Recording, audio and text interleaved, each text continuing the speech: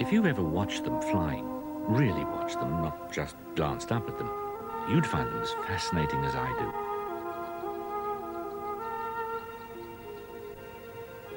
The whole family of birds, the true hawks they're called, are famous for their magnificent swooping and soaring. But to me, down here, this one is special in lots of ways.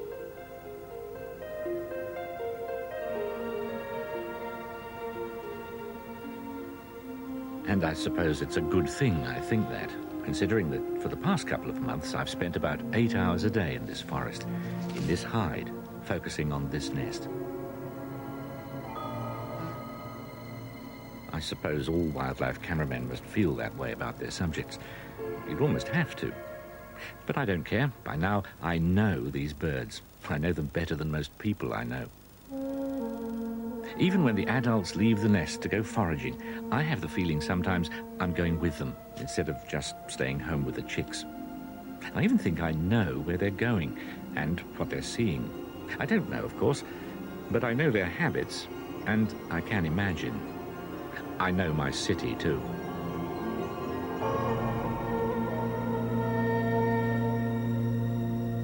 February the 2nd, 1992. Somebody asked me the other day why I picked black kites of all birds to film. They're so common, he said. But that's the reason. It's the one thing that makes them different from the other hawks. They thrive around humans. All over Europe and Asia, they are common, and common over cities, too. So, of course, most people never watch them soar. Black kites are like sparrows, too common to look at. And yet if you do look, you can even see them eating on the wing. Wonderful. Hong Kong to them is just a big bowl of food. Almost everything that happens here leaves something behind for a kite to catch or scavenge. But what makes Hong Kong perfect for black kites is that right in the middle of the harbour, there's a place that's made for black kites to nest on. It's a large piece of native South China forest. It's called Stonecutters Island, and it has one of the densest populations of black kites in the world. About 1,100 roost here in the winter.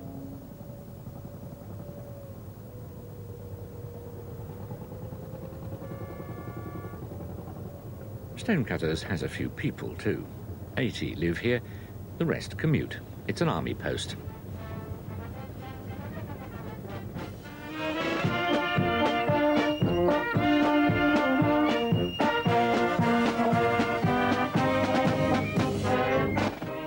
The kites commute too, to Hong Kong. Thanks to the army, the island, in effect, is a kite refuge.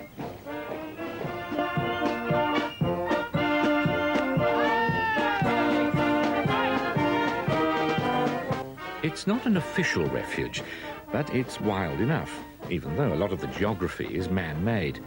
The gorges were cut out of solid rock, and, as it happens, they make a perfect kite flyway. They lead to gun emplacements. The island's always been a sort of stationary, camouflaged battleship defending the harbour.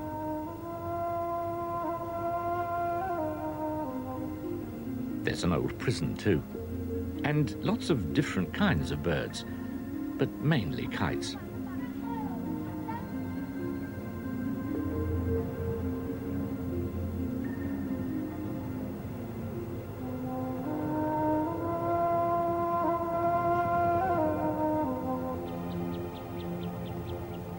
For me, all this couldn't be better. I could live at home in one of the world's biggest cities and come out every day to a wild native forest and film one of the world's most magnificent birds of prey. There is a problem, though.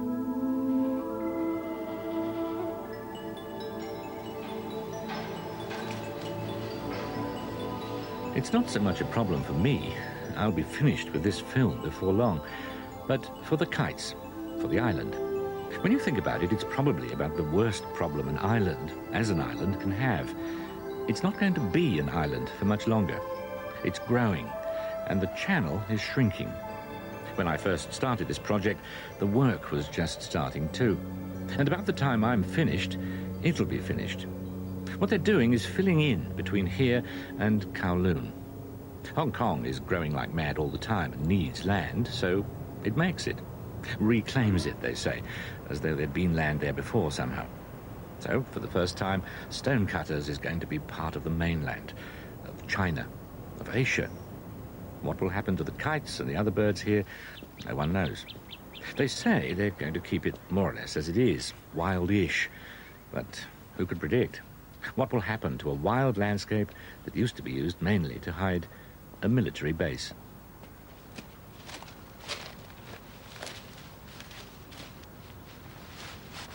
I suppose one way of looking at it is that I was just in the nick of time.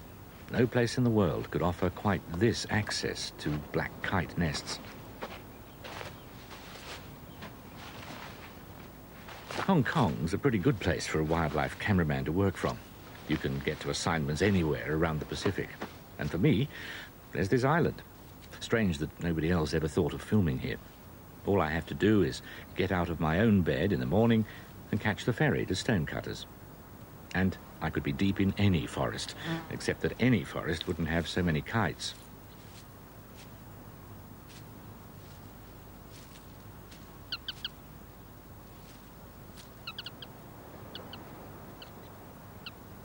I wonder if kites in other places would tolerate me the way these do. I've known these chicks since they were inside their eggs. I feel like their parent myself, almost. The real parents are as wary as you'd expect them to be. But I can't help believing that they all sense I'm here in this hide.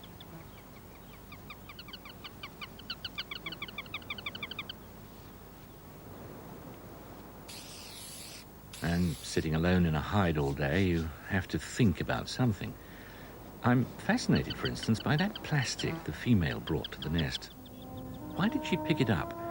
What was she seeing? What was her day like? Imagine being able to see Hong Kong the way she sees it.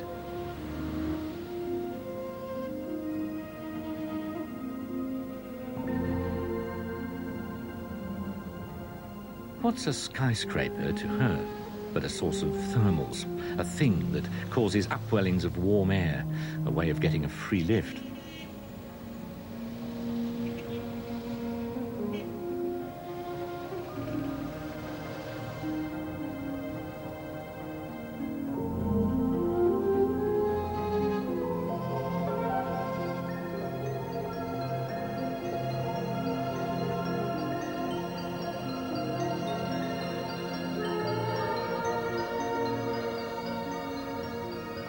She'd see parks and trees as little green patches of easy-to-find food.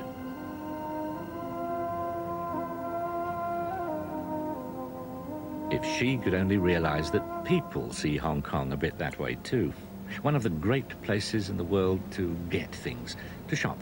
People come from everywhere just to forage here.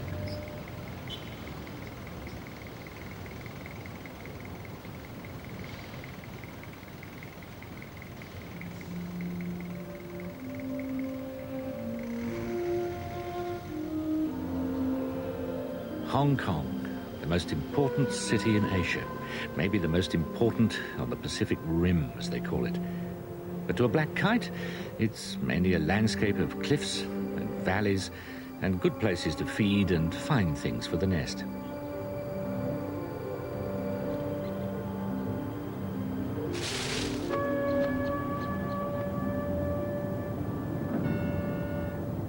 To a black kite, what is the famous fragrant harbour but another source of things that humans throw away, chucked out from the famous Star Ferry, maybe? Or even the not-so-famous ferry that I ride to Stonecutters every day.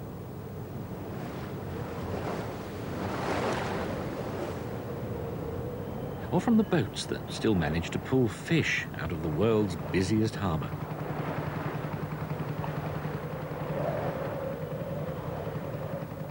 She's a better fisherman than any human. Her eyes are better than radar.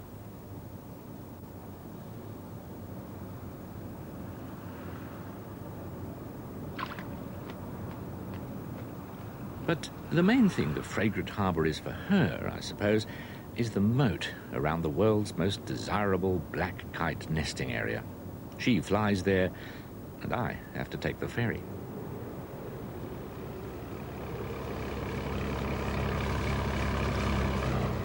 For her, it's a perfect place to bring up a family. A great foraging area and a central, safe, natural nesting area. By black kite standards, this must be utopia.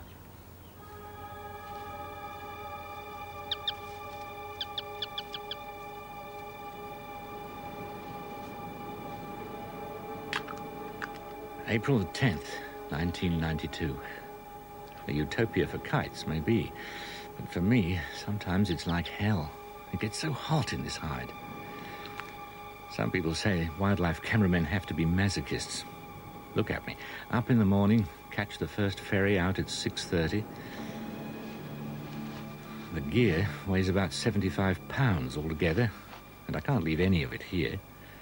And once I get into the hide, and I have to sneak up on it so that the birds don't notice me, there are various tricks to that. But then I have to be absolutely quiet and as still as I can.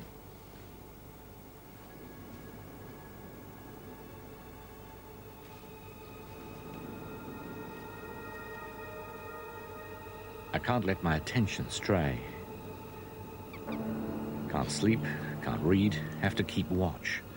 I take a break around lunch and stretch and take a walk, maybe. Otherwise, I'm here till evening. If I'm lucky, I'll have maybe 30 seconds of usable pictures, like this strange behavior with the plastic. Is she using it to keep the chicks cool?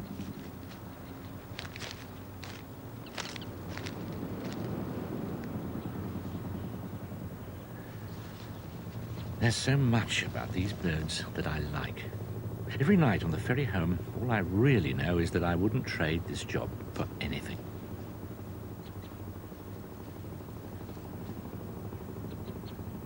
And all the time I'm thinking about my good luck, Stonecutters gets closer to Kowloon. I'm making a natural history film about the black kites of this island, but by the time I'm finished, it won't even be an island.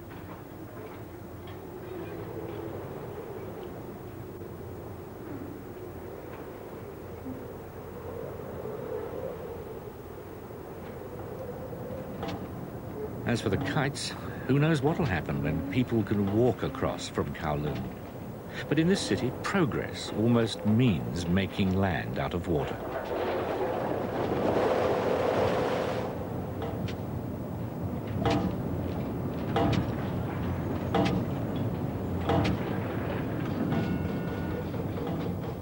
There can't be many places where growth is taken so literally.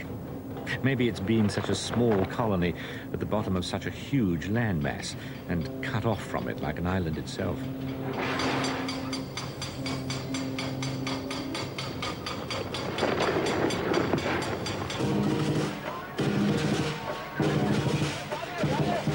It's like a cultural island, too.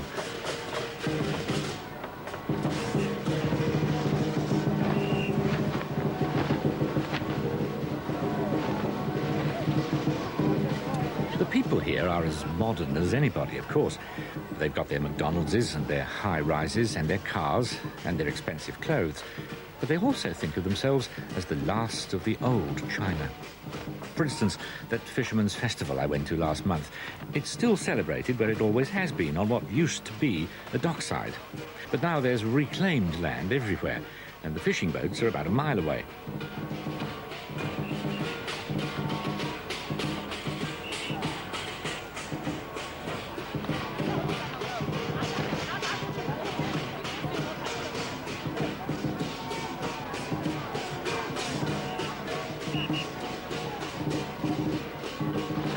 Culturally, the dock has stayed put. They're wonderful people here for making great changes and no changes at the same time.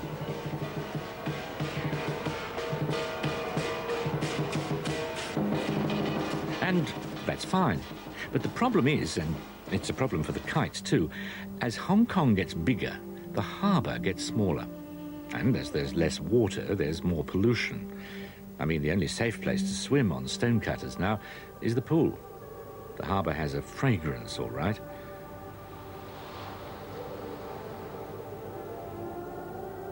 There's a side to the reclamation that's even worse than losing the island. At least I think so. And there are a lot of other people in Hong Kong who worry about it. It's a matter of too much flushing and no flushing. When the channel's finally closed, what happens to all the sewage that used to wash through it? Well, where the kites used to fish, there's now going to be a gigantic sewage works. They're putting in the pipes all right, but the people in charge keep changing their minds about it. They don't see any need to worry, of course, about how it'll affect my birds. I'll tell you, I worry about my kites eating polluted fish more than I worry about stonecutters being connected to the mainland. Kites may thrive around humans, but only up to a point. They can't survive poisoning. No animal can, not even rats. Not us. If there's poison in the food chain, it gets to us too.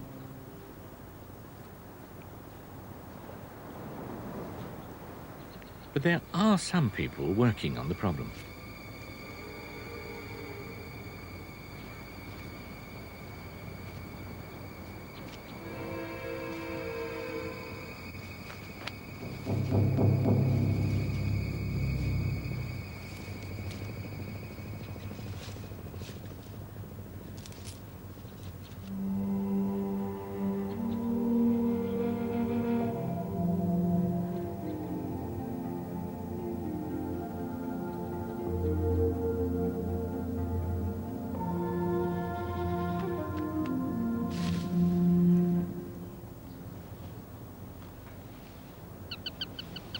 David Melville of the Worldwide Fund for Nature comes out to stonecutters to ring the chicks.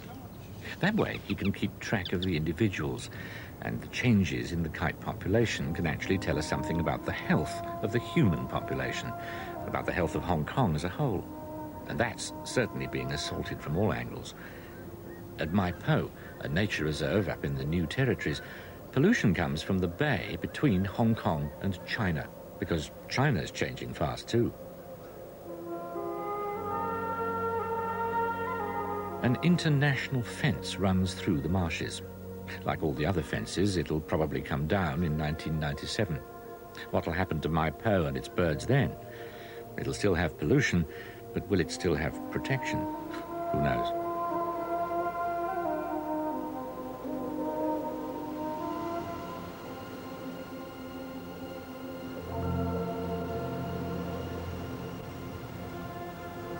There is hope. There are still islands in the colony that aren't even inhabited. Maybe the kites will end up taking them over.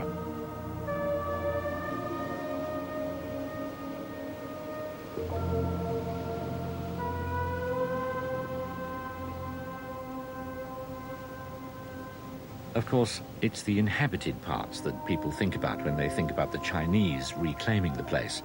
They're concerned about this huge, opulent city, this monument to capitalism being turned over to the world's last great communist country.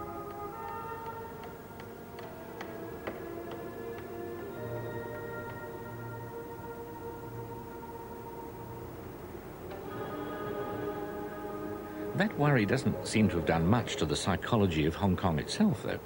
If anything, it's working harder than ever. Growth here is more than 5%. Any country would envy that.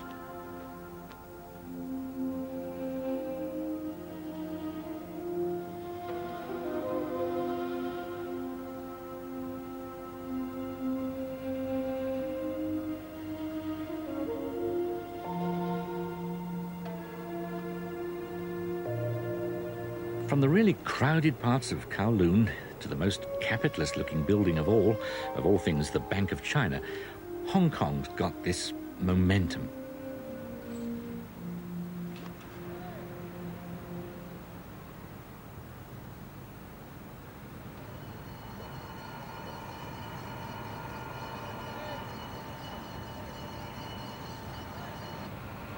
It's hard to imagine that any kind of political change is going to stop Hong Kong from being, for instance, one of the Pacific Rim's biggest importers of tropical timber, which means that this is where a lot of the Southeast Asian rainforests are ending up. Most of the timber is used in building, in making Hong Kong bigger, in growing. A lot of it is just shuttering for shaping concrete. It'll be thrown away.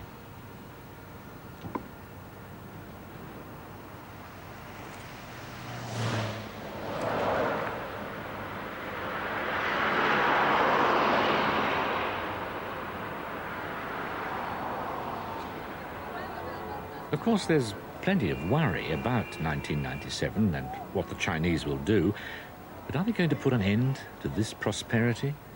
To a city like this? I don't see how. People are concerned about democratic principles, and they need to be.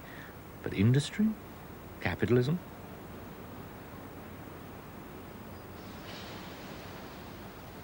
Are all these multinationals suddenly going to relocate?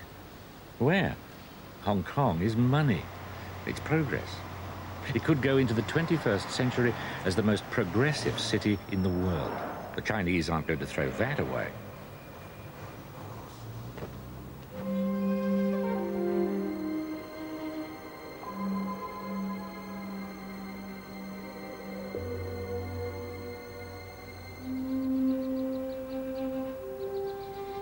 Why, the biggest and most opulent-looking building of all is the Bank of China.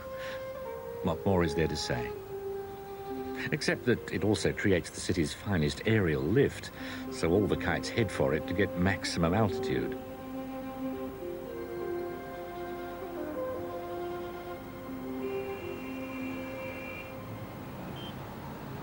It's an extraordinary building. When Britain won Hong Kong in the Opium Wars 150 years ago, Lord Palmerston called it a barren island with hardly a house on it. Since then, there's been nothing but progress. And up, on and on. But to where? To what?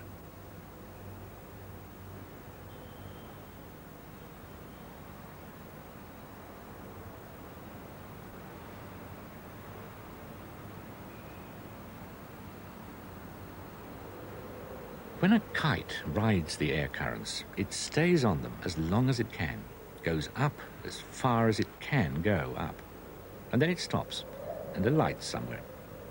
People, though, don't ever seem to alight. They just keep soaring up, reproducing, getting richer, getting bigger, adding land, building buildings, going places, making things, making progress. That's progress that's spreading across the water and taking in Stonecutters Island, the world's greatest kite roost. Stonecutters and Kowloon are almost touching now. This is all part, of course, of an even more enormous piece of progress, £13 billion worth. This new link to the island is going to support a container terminal. The container terminal is going to be part of a huge new transport and shipping complex. And all that is really part of the world's largest engineering project, the new airport at Chep Lap Kok. Stonecutters is getting off lightly. Poor Chep Lap Kok is being levelled. The whole top of the island is being cut off and used to fill in other bits of the harbour, for roads and for more container terminals. The land for Stonecutters' connection came from Chep Lap Kok. Hong Kong needs a new airport of some kind, no doubt about that. Right now, planes are having to come in over the rooftops of the most heavily populated place on Earth. But honestly. Stonecutters itself is going to become a bigger military base, with helicopters.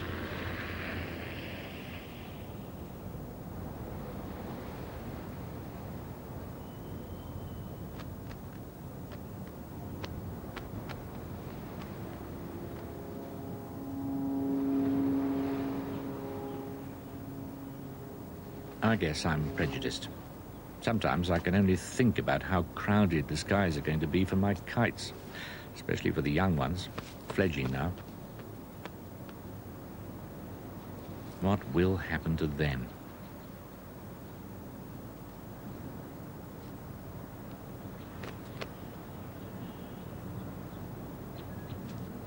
I've been with them more than their parents have, and I feel like it's my nest they're leaving. I'll never see what happens to them. I've got all the film I need now, and when they fly away, I'm finished.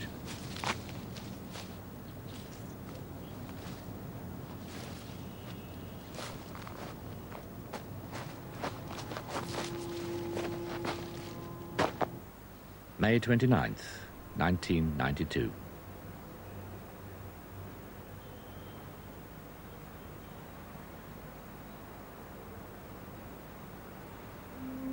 So long, birds.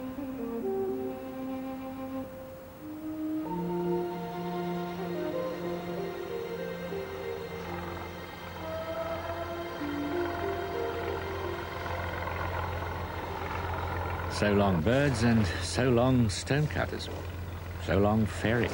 Pretty soon, people will go to stonecutters on the bus.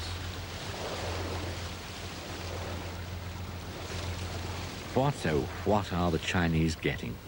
The world's most futuristic city, for sure, complete with the great symbolic bank. China will be lucky if it's not the place that's taken over.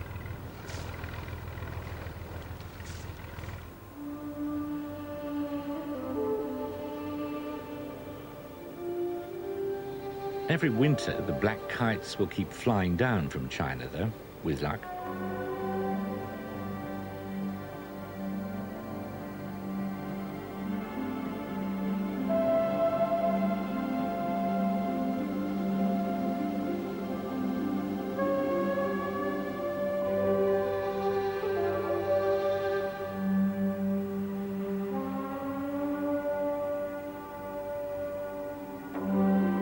There'll be a lot more people coming down from China, too. More people. It's almost an ideal. But what about the extra pollution? What about stonecutters, then? What will China, with its terrible conservation record, do to it? Just remember, back when I started, Stonecutters was a miraculous wild island in the middle of a busy city. It's now August the 20th, 1992. As of this month, it's Stonecutters Point. Great. One of the first things that happened after they closed the channel was a gigantic stinking fish die-off, and nobody in authority seemed to care very much.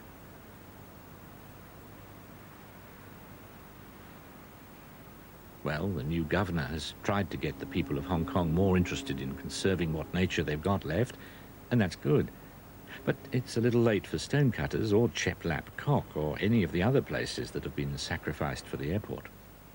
Whatever China does, it won't be anything that Hong Kong hasn't started. And if someday these common black kites disappear from the skies, will anybody notice or care? Maybe it is a small problem. After all, there's an enormous hostile country back there, and now it's coming to get us. As sure as stonecutters, Hong Kong will stop being an island. And will it keep any natural beauty? And if it doesn't, whose fault will that be? China's? Hong Kong's? Communism's? Democracy's? All people everywhere seem to agree on one thing. Nothing beats growth.